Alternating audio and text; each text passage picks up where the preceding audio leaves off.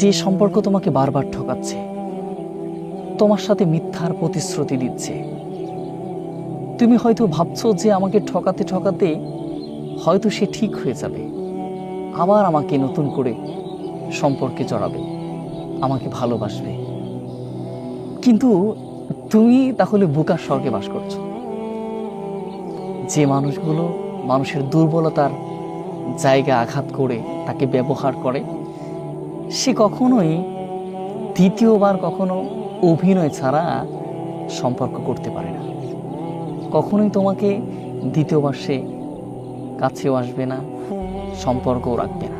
সে সবসময় তোমার সাথে মিথ্যার অভিনয়গুলো করতে থাকবে।